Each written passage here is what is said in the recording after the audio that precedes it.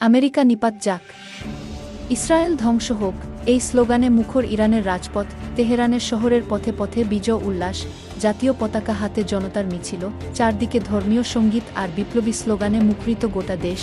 Iran ইসরায়েলের ১২ দিনের রক্তক্ষয়ী সংঘাতের অবসান ঘটেছে মঙ্গলবার।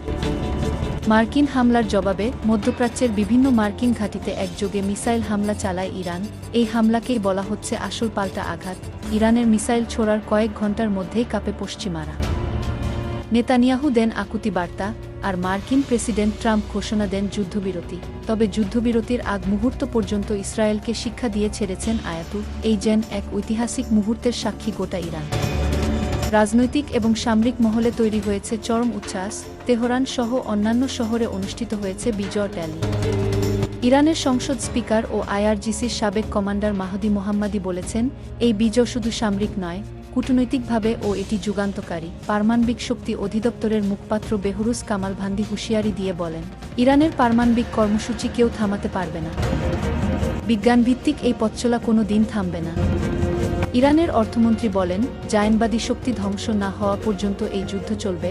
আল্লাহর ইচ্ছায় ইহুদি শাসন ব্যবস্থার পতন না হওয়া পর্যন্ত থামা হবে না। এই যুদ্ধবিরতিকে কেউ কেউ শান্তি মনে করলেও ইরানি জনগণ বলছে, যুদ্ধ শুরু করেছে ইসরায়েল, কিন্তু এর শেষ আমরা ঠিক করব। আমরা এই যুদ্ধবিরতিতে মোটেও সন্তুষ্ট নই।